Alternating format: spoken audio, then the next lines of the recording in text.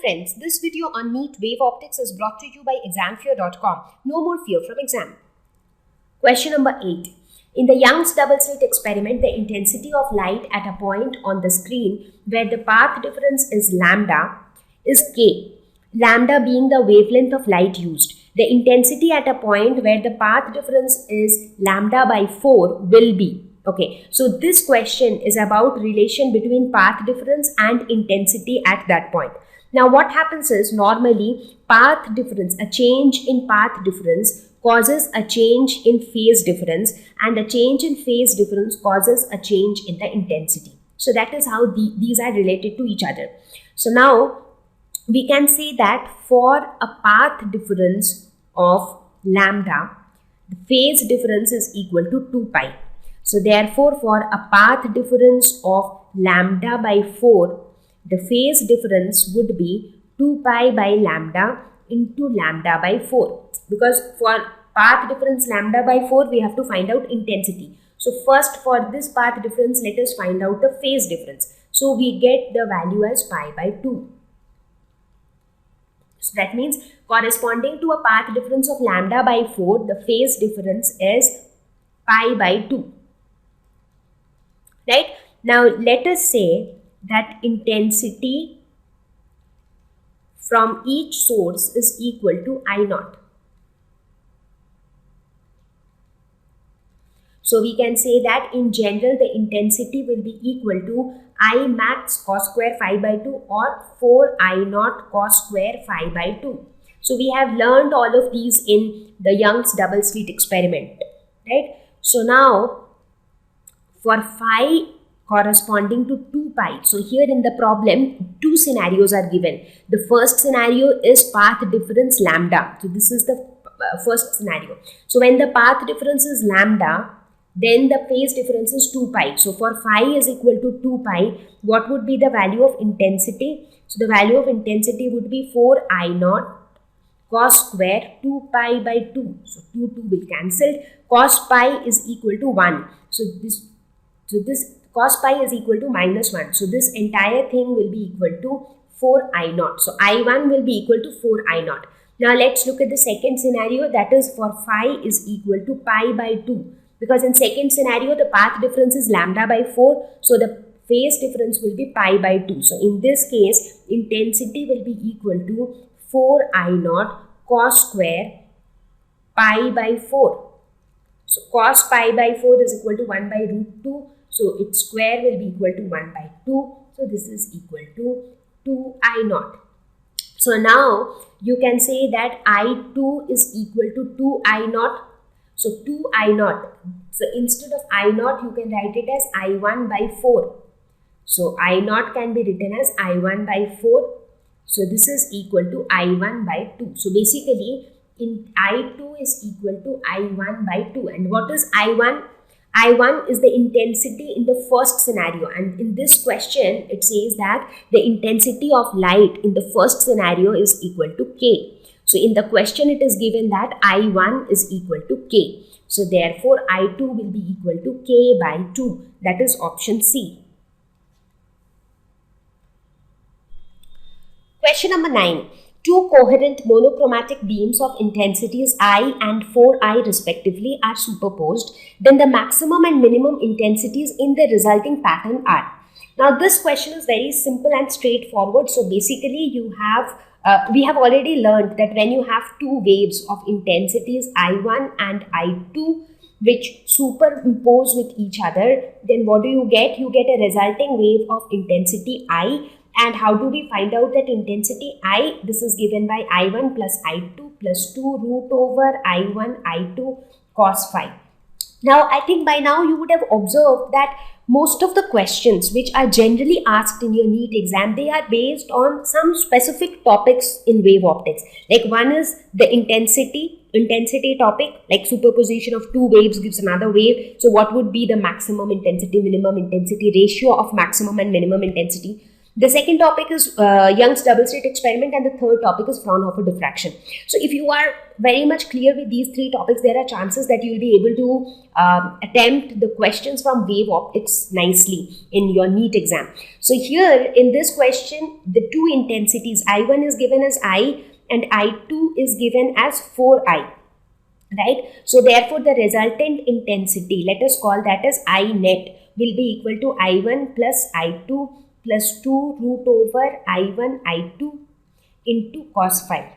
So this is equal to 5I plus 4I cos phi. Right? Now this resultant intensity, we have to find out the maximum value of the resultant intensity. So this resultant intensity will be maximum when cos phi has the maximum value, and the maximum possible value of cos phi is 1. So therefore the maximum value of intensity will be equal to 5I plus 4I, because when cos phi is 1, so this entire term becomes 4I. So this is 9I. Similarly, the value of this net intensity will be minimum when the value of cos phi is also minimum, and the minimum possible value of cos phi is minus 1. So therefore I minimum will be equal to 4I minus 5I minus 4I, which is equal to I. So therefore the correct answer would be 9I and I, that is option D. Question number 10. In Young's double slit experiment, using two coherent waves of different amplitudes, the intensities ratio between bright and dark bands is 3. Then the value of the wave amplitudes ratio that arrived there is. Okay, so we know that how do we relate intensity with amplitude? So we know that intensity is proportional to the square of amplitude, right? Now here we are talking about two waves with different intensities. Let's say A1 and A2, A1, A2, two different intensities. And we are also talking about the, I'm so sorry. So these are the two waves with two different amplitudes, A1 and A2, and not intensities. Okay, so and the ratio of the intensities between the bright and dark bands is given as 3. So basically the ratio of the intensities, that is I1 by I2, is given as 3:1, that is 3 by 1.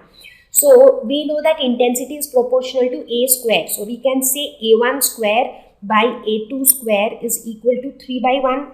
So we can say that A1 by A2 will be equal to root over 3 by 1, or we can write this as root over 3:1.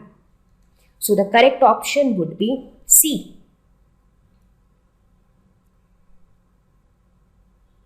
Because here we are talking about, like in the interference pattern, at certain points the ratio of intensity is given, we have to find out the ratio of amplitudes. So we will do that by using this simple relation. Question number 11. A polarized light of intensity I0 is passed through another polarizer whose pass axis makes an angle of 60 degrees with the pass axis of the former. So just remember the same concept of Malus law. So in Malus law, what we see, when unpolarized light passes through a polarizer, it becomes polarized, and then when that passes through another polarizer, then what would be the output? That depends upon the orientation of the two polarizers, right? So here the orientation is 60 degree. So theta is equal to 60 degree. So we have to find out the intensity of the emergent polarized light from the second polarizer, right? So now we know that I is equal to I0 cos square theta, correct? Now this I0 is the intensity of light which enters into the polarizer. Now here in the question it says that this is your polarizer, okay? So a polarized light of intensity I0 is passed through this polarizer, and we have to find out, this is the emergent light, and we have to find out its intensity. So I is equal to I0 cos square theta. So theta here is given as 60 degree. So cos square 60 degree. Cos 60 is 1 by 2. So 1 by 2 whole square would be 1 by 4. So therefore intensity will be I0 by 4. So D is the right option. Question number 12. Lambda 1 and lambda 2 are used to illuminate slits. Beta 1 and beta 2 are the corresponding fringe widths The wavelength lambda 1 can produce photoelectric effect when incident on a metal.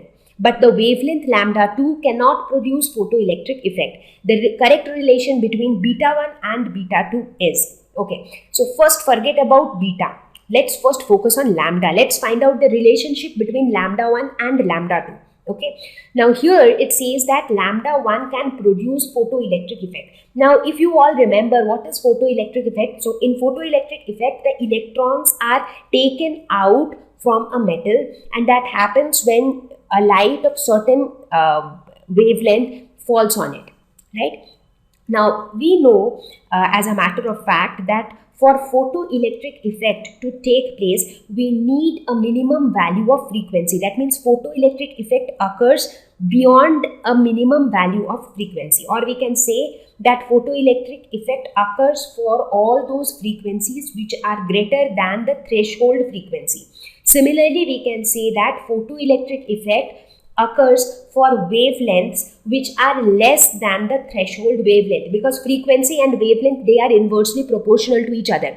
So there is always a minimum frequency beyond which photoelectric effect takes place. Similarly, there is always a maximum wavelength below which photoelectric effect takes place. So that maximum wavelength is threshold wavelength. So right now we are talking about lambda. So we will just consider the second part. That means for all those wavelengths which can produce photoelectric effect, those wavelengths should be less than the threshold wavelength, right? So here in this question it says that lambda 1 can produce photoelectric effect. That means lambda 1 has to be either less than or equal to the threshold wavelength. Only then it can produce photoelectric effect.